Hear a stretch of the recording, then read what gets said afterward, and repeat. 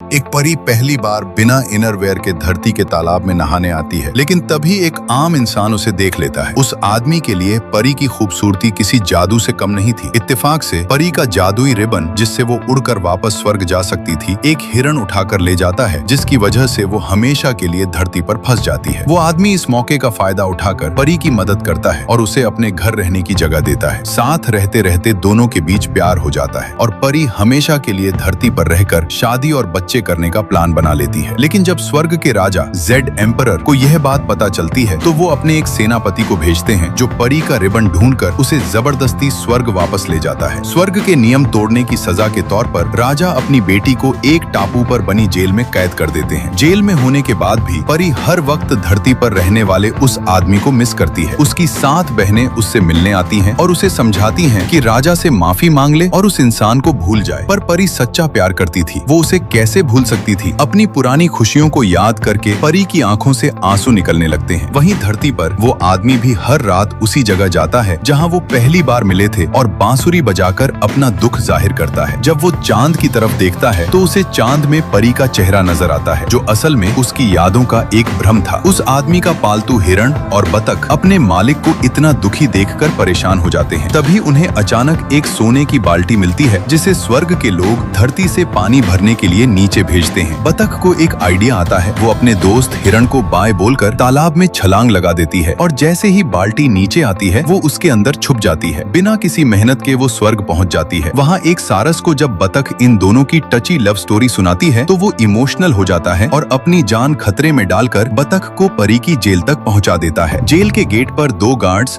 दूसरी परियों को नहाते हुए छुपकर देख रहे होते हैं, जिसका फायदा उठाकर बतख अंदर घुस जाती है। परी अपने पुराने दोस्त को देखकर खुश हो जाती है। बतख उसे बताती है कि वो आदमी उसे कितना याद कर रहा है। तभी गार्ड्स के आने की आहट होती है, पर परी बतख को अपनी स्कर्ट के नीचे छुपाकर बचा लेती है। परी उस आदमी के लिए एक लव लेटर लिखती है, जिसे बतख वापस ले आती है। लेटर पढ़कर आदमी और उसकी माँ दोनों भावुक हो जाते हैं।